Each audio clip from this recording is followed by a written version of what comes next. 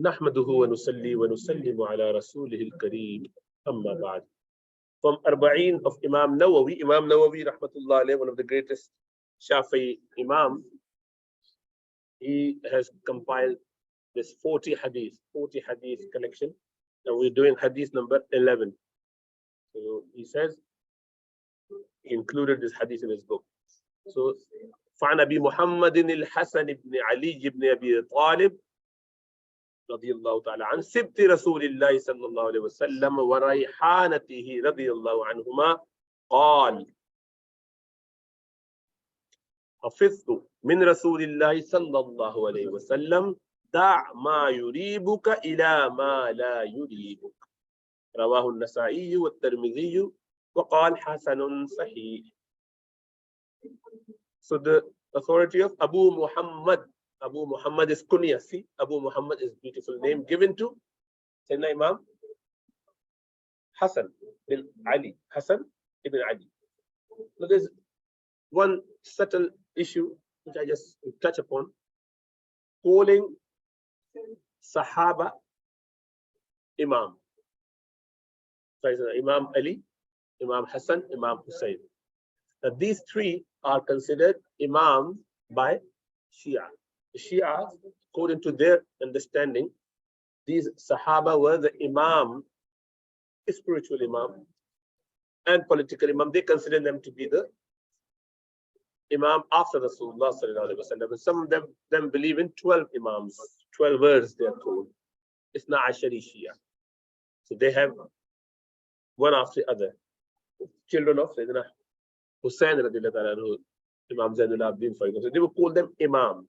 Imam means someone who is a leader, Imam of the masjid, Imam of the society.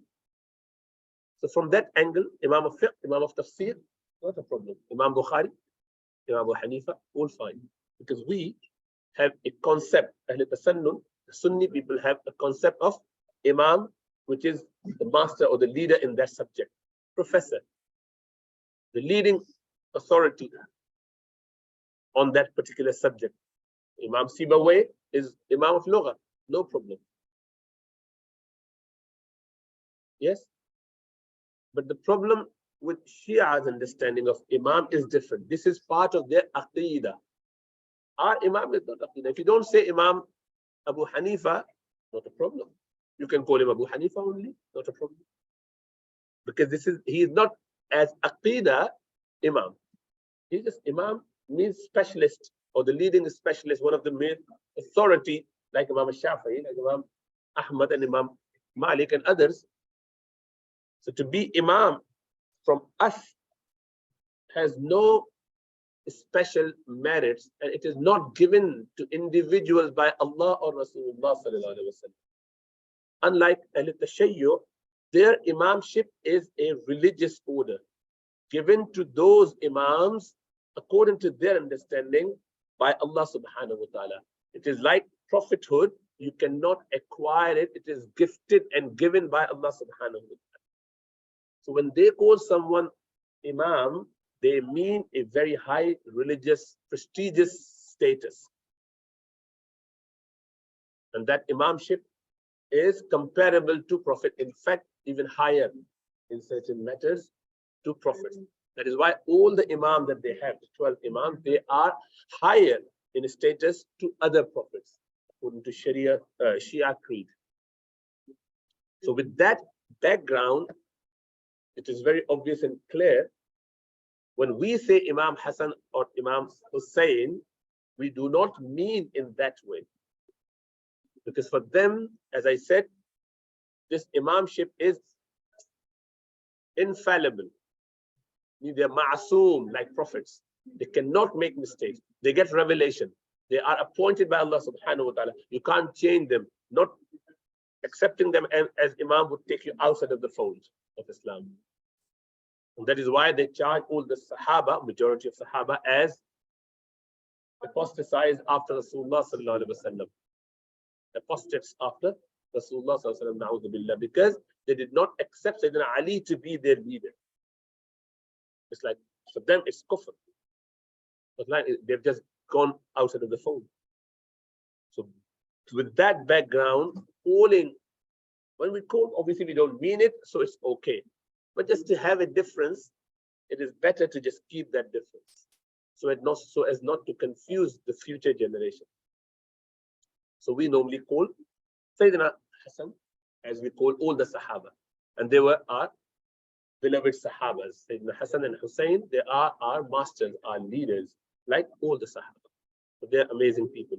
So his authority, Abu Muhammad, is his kunya, Al-Hasan ibn Ali ibn Abi Talib, radiyallahu ta'ala anhum ajma'een. He's the grandson of Rasulullah sallallahu alaihi wasallam, and also his rayhana, his fragrance, his beautiful flowers. Amazing. You know, Sayyidina Hassan and Hussein, Rasulullah sallallahu alaihi wasallam called them rayhana. They are my rayhana, they're my fragrance, they're my beauty, they're my flower. Obviously, Rasulullah sallallahu alaihi wasallam loved them, and he would just hold them on his lap, and he would say, like, you know, he would come to Sayyidah Fatima's house many a time and would try to find out what happened. Where is this? Where is the baby? Where is the toy? Where is my Rayhana? Different beautiful words. He would just only come to visit Sayyidah Fatima's, the daughter's house, only to find out where is my munna. So he would use the word munna literally. My toy. And he would come and play with them, and he would hold them sometimes, holding him and wrapping them in the fold, and sometimes in the sheet that he's wearing, and they're hiding them. And when they're upset, he would just, when he was born, Rasulullah sallallahu alaihi wasallam put his blessed tongue in his mouth to suck on. It is sunnah to have the saliva of the pious person going as a first meal in the baby's mouth. It's called tahniq. So the sunnah is normally to chew on a small piece of date or dried date and put on the hard palate of the baby, so the baby continued to suck on that. Rasulullah sallallahu alaihi wasallam did that to his son, who just loved him with his own blessed tongue. Amazing man, isn't he? So he's obviously there. And his top half of the body, from head to the belly, was a copy of Rasulullah sallallahu alaihi wasallam. And Sayyidina Hussein, his belly to feet were a copy of Rasulullah sallallahu alaihi wasallam. They're half and half like this, copy of Rasulullah sallallahu alaihi wasallam.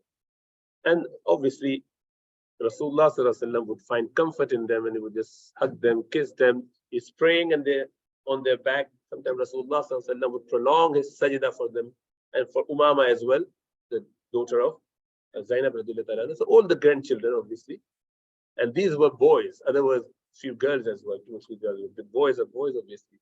And Rasulullah sallallahu alaihi wasallam had them, and obviously they were very young. So Rasulullah sallallahu alaihi wasallam, when he departed from this world, he was only 7 or 8 years old, and Hussein radhiyallahu ta'ala was a year younger.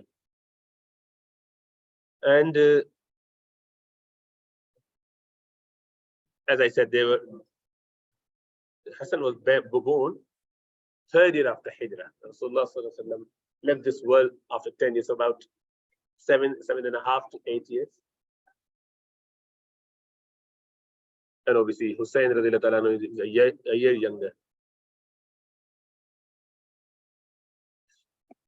Rasulullah sallallahu alaihi wasallam mentioned one beautiful thing about Sayyidina Hassan radhiyallahu ta'ala anhu, saying that my son Hassan, pointing to him, is leader.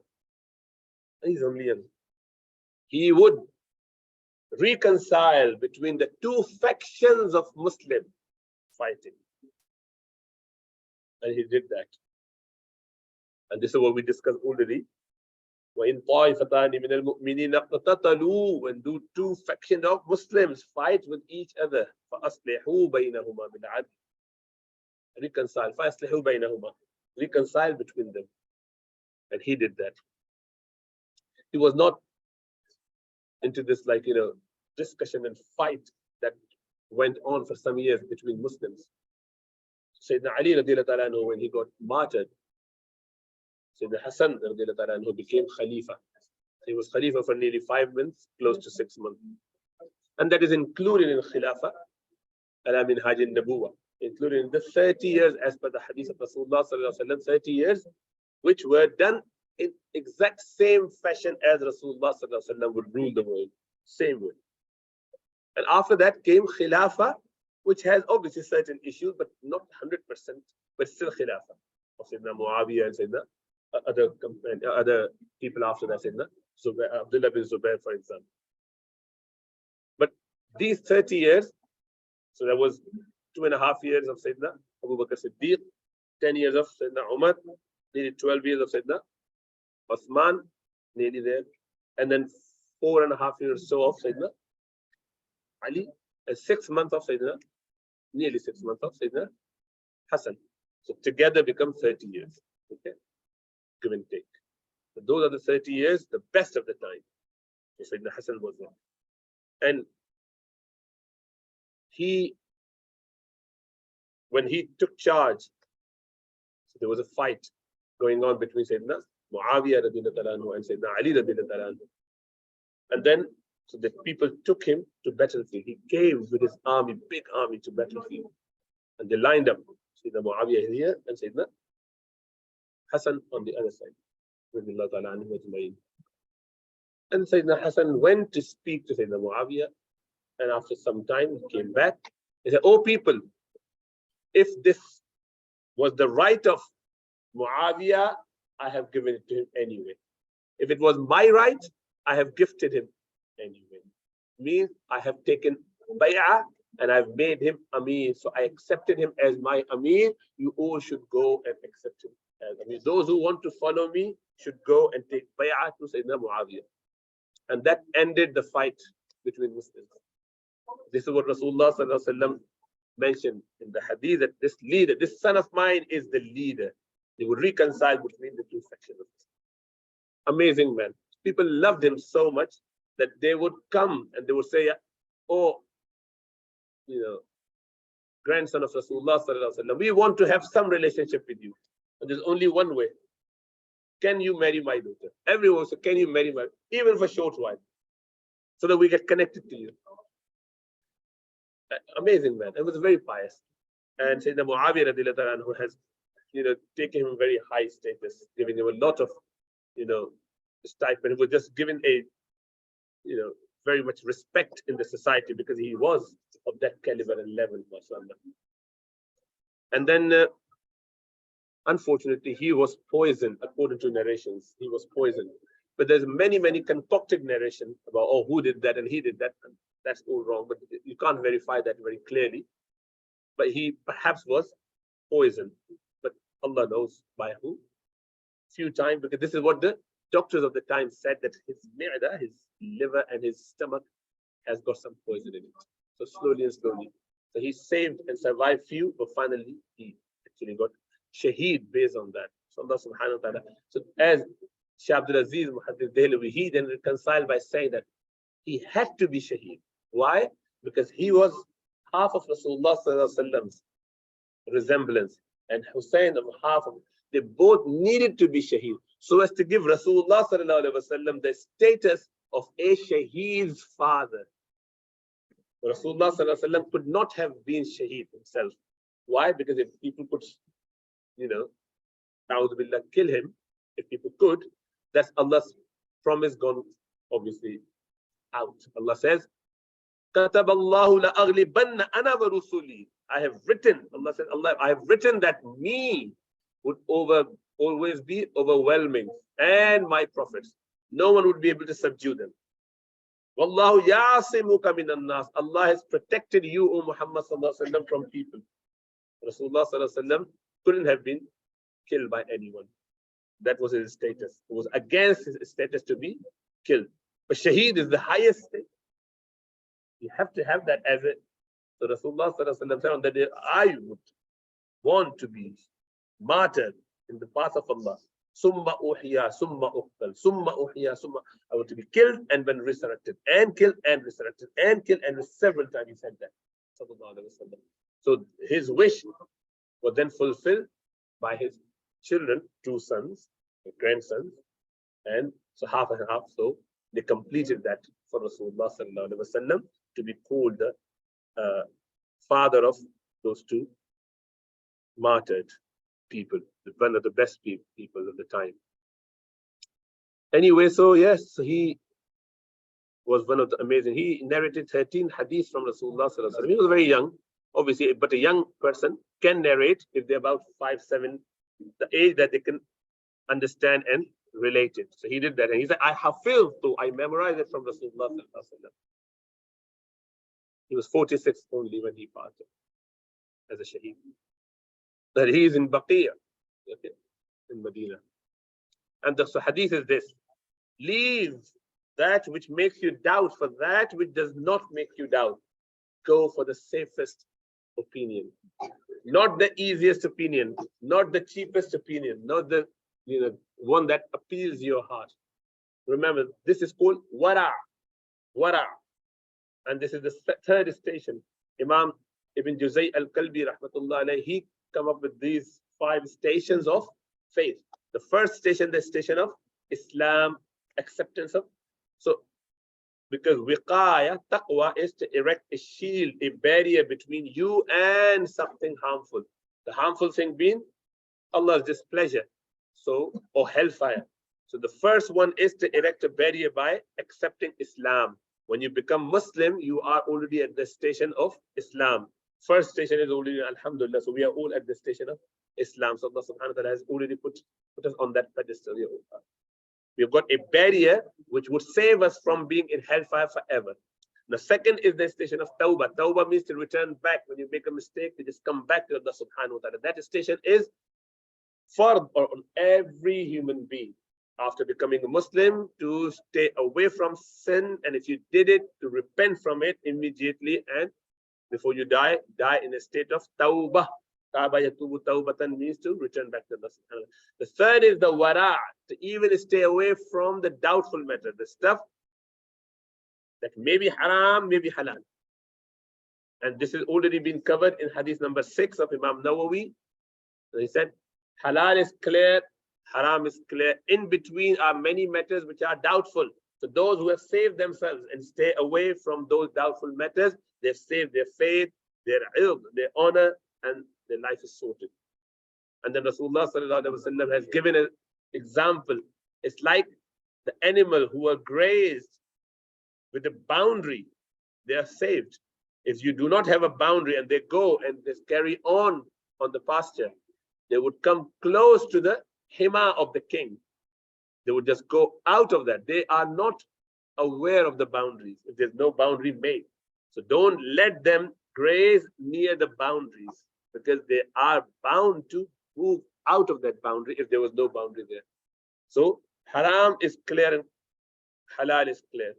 In between, that is the matter where one should try and be extremely cautious. So this scrupulousness, being very, very cautious about makruhat, about doubtful matters. Such a person would come to this level. And these imams are all of that level.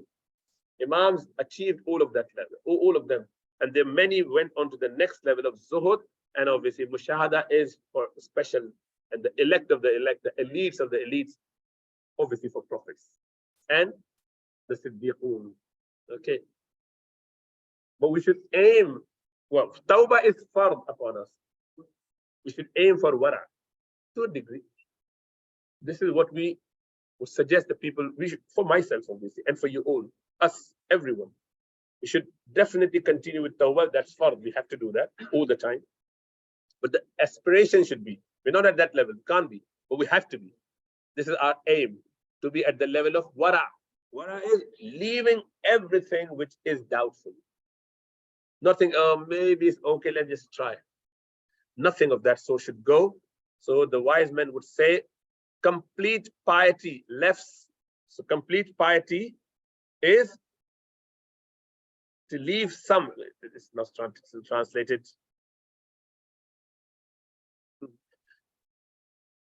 You should, in order to have your piety of that wara level, is to leave some halal for the fear that it may be haram.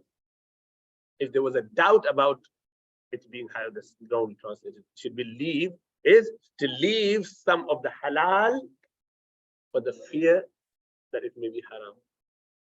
Too much halal coming, maybe let's stop. So like, 5 samosas, too many. Just do 3 or 5, not 8 or 10. Even if it's halal, just try to cut down a little bit, because if I'm so much filled with some halal, too much of that food would cause me do something might not be appropriate. I would just get the laziness. I might not be able to wake up for my prayer. But that is scrupulousness.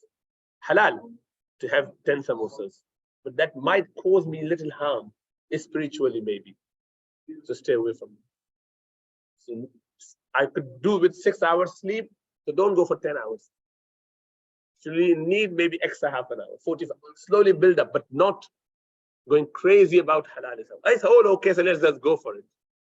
Whatever is okay is not there to be involved in, because that is the way to keep yourself away from the boundary. Rasulullah sallallahu alaihi wasallam said, this boundary, stay away from that, not close to that. It is within the halal realm, even then stay away to a degree, but slowly. But that should be done with the advice of your sheikh. Imam Fudail ibn Ayad would say, people claim that piety is severe. I mean, it is difficult, it's harsh, it's wrong translation. And there are 2 things that are mentioned to me, but I look the most severe of them. So leave what doubts you to what does not doubt you. Mean, if the 2 things, one is harsher and one is simpler, but there's a possibility that the simpler might be a cause of trouble. It may lead me to something of low-level action. Laziness is the commonest thing. La ya'ni, wasteful. Watching this debate about something, even Islamic talk on something which is not important. Finding out, whether we should, a detailed discussion about Bitcoin, for example. Detailed discussion about something which is futile, wasteful. Shall we waste our time in, is it okay to do this or not? I know it's okay, which is better. And then went on to this debate. For common men, any debate is wasteful. We would waste your time. Why waste our time? We could do a lot of better things, many other things. Imam Bukhari rahmatullah mentioned about Sayyidina Abu Bakr Siddiq radiallahu ta'ala anhu. This was his level. He had this person who would bring the tax money. So one day, and he would normally bring food. So from his, as a gift, Abu Bakr Siddiq would have it. One day he brought something. Abu Bakr Siddiq was very hungry, so he had it. Normally they would have 1 meal a day. He just took it. And as he finished, he said, "Oh, Khalifatul Rasul, you didn't ask me where did I get that from. Ya Khalifatul Rasul, you didn't ask where did I get it from." He said, "Go on." He said, "Oh, this was from not the normal thing that I do now. It was from before Islam. I did the soothsaying. I did the palmistry for a person, kahanat. That person gave me my due back now. So I got some from that." He put his finger straight in and regurgitated it out. He didn't keep it inside. Umar Farooq did the same thing. So they were so cautious about that thing. And Abu Hanifa rahmatullah was once walking, and he was in this scorching sunlight with his student Abu Yusuf, and they were just going under the shade. So they came a building with a lot of shade.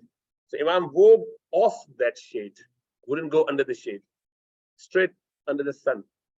So Abu Yusuf was like, "Yeah, Imam, what are we doing? We could have taken that shade, so hot." He said, "This person is someone who's taken loan from me. So my borrower. So he just borrowed some money from me. And I do not want to take any advantage of his shade, his house's shade, his tree's shade, lest it become interest. I've taken something more than the due. Due was 1,000 dirham.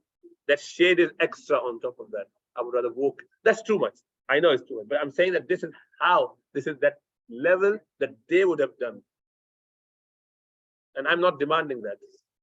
And Abu Hanifa was once told about a goat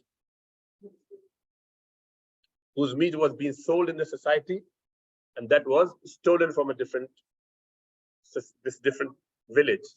And it was sold in the market. Imam was like, "Oh my goodness, how do I know that the meat that I am now getting is that meat or not?" Someone was slaughtered. So he worked out the age of that goat, like roughly. And for those many years, 3, 4, 5 years, however many, he didn't eat any goat meat. I'm not going to have any goat meat because someone might have just stolen that and then slaughtered that and then sold it in this society, in the community, and I wouldn't know. So he wouldn't take goat meat at all for those next 4 or 5 years. Once he realized that it must be done and dusted, now enjoy it again. I'm not saying that we should go to that extreme. That is their level. They're the masters. It's like Arnold Schwarzenegger having 500 kilograms. I don't know how much.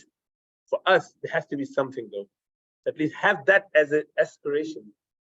Should do something of that sort. So at least stay away from the bit that we are very clearly doubtful. For example, Bitcoin, the traditional scholars say it's haram. That's it. That conventional mortgage, all the scholars say it's haram. You would find 1 or 2 saying it's okay in the non-Muslim land. Don't go for that. You would know the scholars are very clear about beer. They say it's haram. Scholars are very clear about music, haram. They don't take any other advice. So don't go for things which the scholars are clear on. And they can't change and they won't change. Traditional scholars won't change to dance to your tune. I can guarantee you that. Yeah, there will be people doing it afterward, but they're not scholars. They're not muftis. They're not traditional scholars. They've got their likes to count. They've got many, many issues with that celebrity culture. They're more edutainer. They don't educate you. They do a lot more entertainers. Yeah. So make sure that I'm not talking about them, celebrity scholars. I'm talking about the traditional ulama and muftis. He would never do that because they would not change what has already been decided by Ummah for the last 1400 years in order to please you. So Imam Muhammad would say, when he would teach his students, make sure, and when we do our iftar course, this is what we read. This is the beginning and the end of it. Do not give your backs to the people to mount on and go to Jannah and leave you in hellfire. Means do not make your back a bridge over the hellfire for people to walk over and go in the hellfire. Because they would walk and you'll be thrown in the hellfire. So the scholars, the muftis, the traditional muftis would never provide their back to you to make you happy and get your praises and get your whatever and go hellfire, go to hellfire. They would never do that. And they shouldn't. They shouldn't. Why would they? Why should they? Okay. So don't twist their arms. It's not going to work. And if they did, that's your litmus test to know that he is not a true mufti. If they do to please you, you should realize that, you know what, I have got my fatwa that I wanted, but that has given me very clear insight that this is not the right person to be with. Stay away from him. Stay away from him. So stay away from all the haram where possible, obviously, and also the doubtful matters in a speech, in discussions, earning, what you should be forwarding stuff, teaching and trying to educate others, convincing someone. No, don't do that. Worldly and religious actions, propagating even knowledge, don't do that if you're not clear on that. Doubtful stuff, stay away. Extra caution for the shortcuts. Don't go for that. Don't try for easy way out. This world is very temporary. It's going to end. You could do this way or that way, it's going to end. Don't waste your life and time. Safest opinion is the best opinion. Stay on that. If you have a special situation, ask your special situation. The scholars would help you with that, inshallah. But when you do that, keep it to yourself. Don't impose on others. So I'm being on the safer side. My children should do the same. No. Let them be within the haram and halal distinction and stay there. For them to come slowly, inshallah. The beginners are beginners. Non-Muslims just come to Islam. Don't impose on them all those, your wara and your scrupulousness, your piety. It is going to push them away. So understand that as a concept. And that's why I said, when you are about to embark on this journey after Tawbah on wara station, so make sure that you take advice from your sheikh, from your teacher, from your mentor. Should I and should I not? Is it okay or is it not? Don't do on your own. Because many a time you've been engulfing the haram and trying to be over scrupulous. On one hand, you're trying to be reaching the level of the imams, and on the other, you're just following shaitan. So it's actually is counterproductive, more dangerous, and completely futile. Okay, so don't do that. It takes a lot of experience and wisdom and knowledge. Inshallah, the teachers would guide you on that. May Allah give us tawfiq.